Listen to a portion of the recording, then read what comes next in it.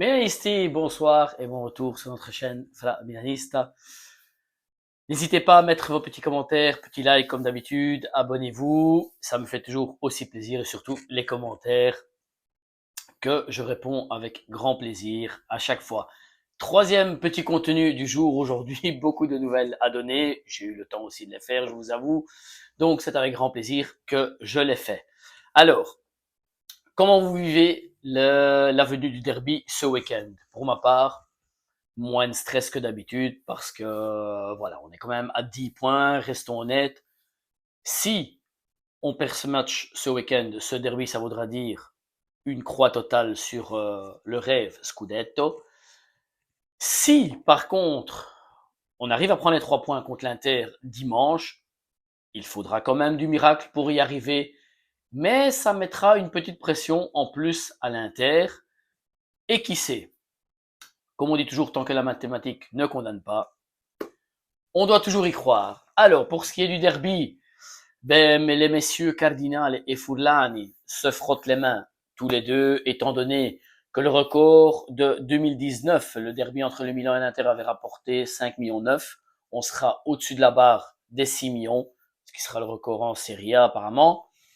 Donc voilà, les dirigeants qui se frottent encore une fois les mains, sold out comme d'habitude, comme la plupart des matchs ces dernières années, malgré que l'équipe ne gagne pas comme avant.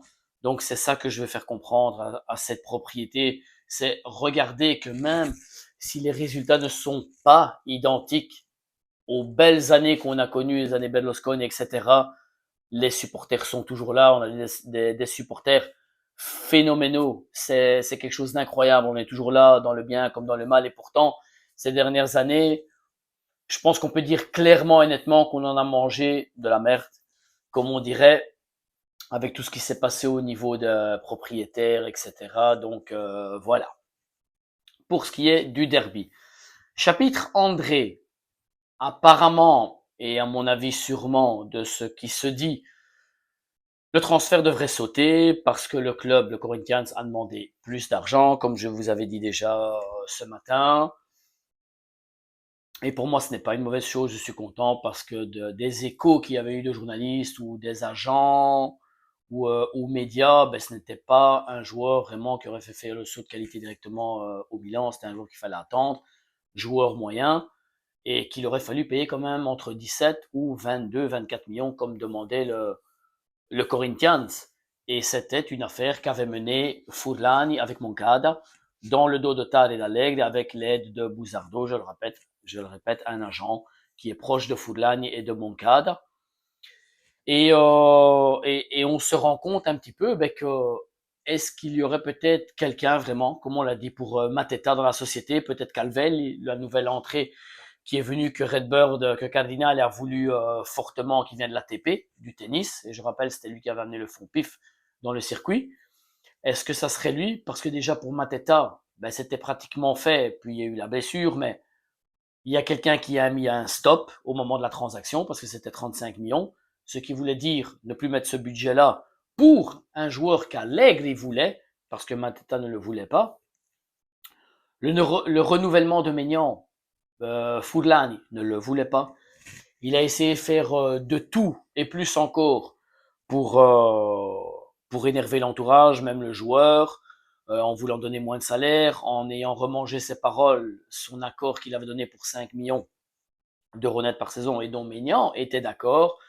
Donc là encore une fois, est-ce que quelqu'un est derrière? On peut espérer que ça soit Calvel, que ça soit Gardinian, peu importe, mais que Fourlan commencerait à avoir de moins en moins de pouvoir. Parce que comme je vous avais dit, ça ne changeait rien le fait qu'apparemment il aurait signé 3 ans. Parce que ça peut être une procédure pour lui donner une bonne uscita, comme on dit en Italie, un bon de sortie en fin de saison pour qu'il touche une commission et pour qu'il puisse partir. C'est un doute ou c'est un espoir? Moi, j'espère que c'est un espoir parce que il faut vraiment que ce personnage quitte le club. Alors, pour ce qui est de ce qu'a annoncé le Corsair et la Gazzetta dello Sport ce matin, ils l'ont annoncé tous les deux pour ce qui est de la propriété. Donc, le PM, la procure de Milan, a demandé, a demandé la conclusion de l'enquête qui était en cours depuis pratiquement 2 ans sur le fait de savoir qui était vraiment le réel propriétaire du Milan, que ce soit Cardinal, Redbird ou Elliott. Et après pratiquement 2 ans, on est arrivé au fait que tout était normal, qu'on connaît les propriétaires. Il y a simplement sur le document qui est inscrit que Elliott détient encore 5%, mais ça ne serait pas spécialement de la société, ce sont des arrangements qui n'ont rien à voir avec le pouvoir décisionnel ou quoi que ce soit. Donc voilà, on a perdu 2 ans, on a perdu la grande opportunité de passer dans les mains peut-être d'un propriétaire arabe, parce que cette enquête est sortie quelques jours après avoir découvert un document qui était paru je ne sais pas comment, ou qu'on l'a fait paraître exprès pour bloquer ça parce qu'on en est de plus en plus certain, qui confirmait que à ce moment-là, c'était le fonds PIF, qui aurait repris 43 ou 48% du club directement pour prendre les 100% en possession dans les années à venir avec la construction du stade, etc. Et il y aurait eu un retour de Paolo Maldini avec un grand rôle en société, que ce soit au niveau manager ou même comme place de président honoraire, mais avec pouvoir de décider sur les joueurs, etc. Donc beaucoup de rumeurs font que ça a été mis en place à ce moment-là pour éloigner peut-être l'achat du Milan à ce moment-là, parce que comme par hasard, l'affaire s'est éloignée. Et au jour aujourd'hui, ben, on peut dire que le monde du football, etc., les investissements et tout, n'intéressent peut-être plus tant que ça le monde arabe, du moins chez nous en Europe, parce que le mondial est passé et que il y aurait peut-être moins d'intérêt de ce côté-là, donc on aurait peut-être fait passer la chance. Et maintenant, tout est prouvé qu'il n'y avait pas de choses louches ou quoi à ce moment-là. Donc c'est vraiment dommage pour ma part. J'espère quand même un jour qu'il y aura vraiment un vrai investisseur et qui mettra l'argent nécessaire pour faire retourner ce club à gagner. On va passer de nouveau au chapitre Allegri, Monica Colombo du Corriere dello Sport, parce que quand Allegri parle, il le fait à travers les personnes qu'il connaît, de qui il est proche, que ce soit journaliste ou opinionniste, etc. Monica Colombo, c'est quelqu'un qui connaît très bien le Milan puisqu'elle en parle toujours. Elle s'occupe du Milan et elle est proche aussi d'Allegri. Elle fait comprendre, bon, déjà, ce qu'on sait sur Allegri, c'est que en atteignant la Champions League, il aura 1 million en plus de salaire pour la saison prochaine, ça c'est certain.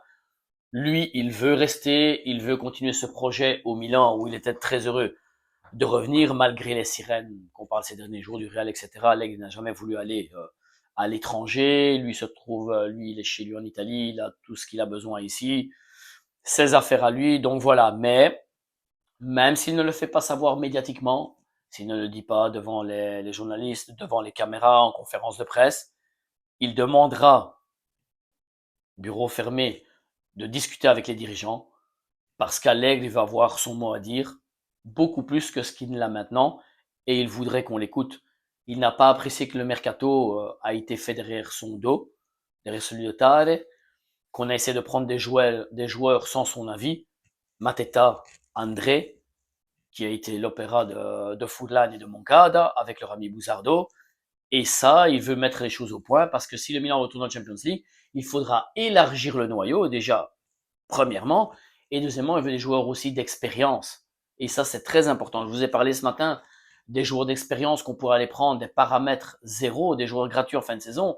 Un Rudiger, un Goretzka ferait énormément de bien dans cette équipe.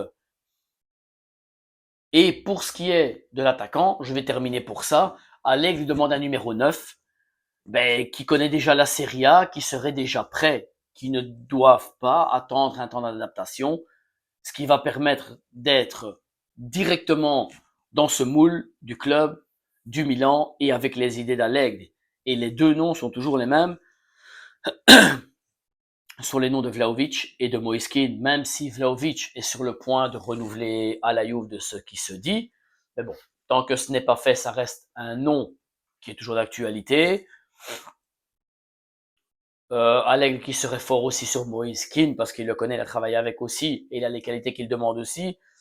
Donc voilà, écoutez-le, faites ce qu'il demande, prenez-lui les joueurs qu'il demande, vendez les joueurs de l'équipe qui sont inutiles pour avoir le budget nécessaire pour acheter simplement les joueurs qu'il demande. Parce qu'aller prendre Rudiger, il est gratuit. Ok, il y a le salaire, mais il est gratuit. Aller prendre Goretzka, il est gratuit. Il y a le salaire, on économise déjà deux gros investissements, milieu de terrain et derrière. Il y aura l'investissement peut-être de Gilles à de la derrière 20 millions, plus ou moins. Et une quarantaine de millions, entre 40 et 50 millions pour un attaquant. C'est plus que correct. Après, avec toutes les autres sorties et tout, on peut encore acheter un ou deux joueurs qu'on a besoin. S'il y a encore une vente, par exemple Fofana, je dis un joueur comme ça. Maintenant, je ne sais pas qu'est-ce qui va se passer avec Léa ou Pulisic si un des deux sera sacrifié. Mais là encore, si un des deux est sacrifié, alors allons pointer encore plus haut que Keane et Vlahovic. Allons chercher Osimhen directement. Ramenons Osimhen en Italie.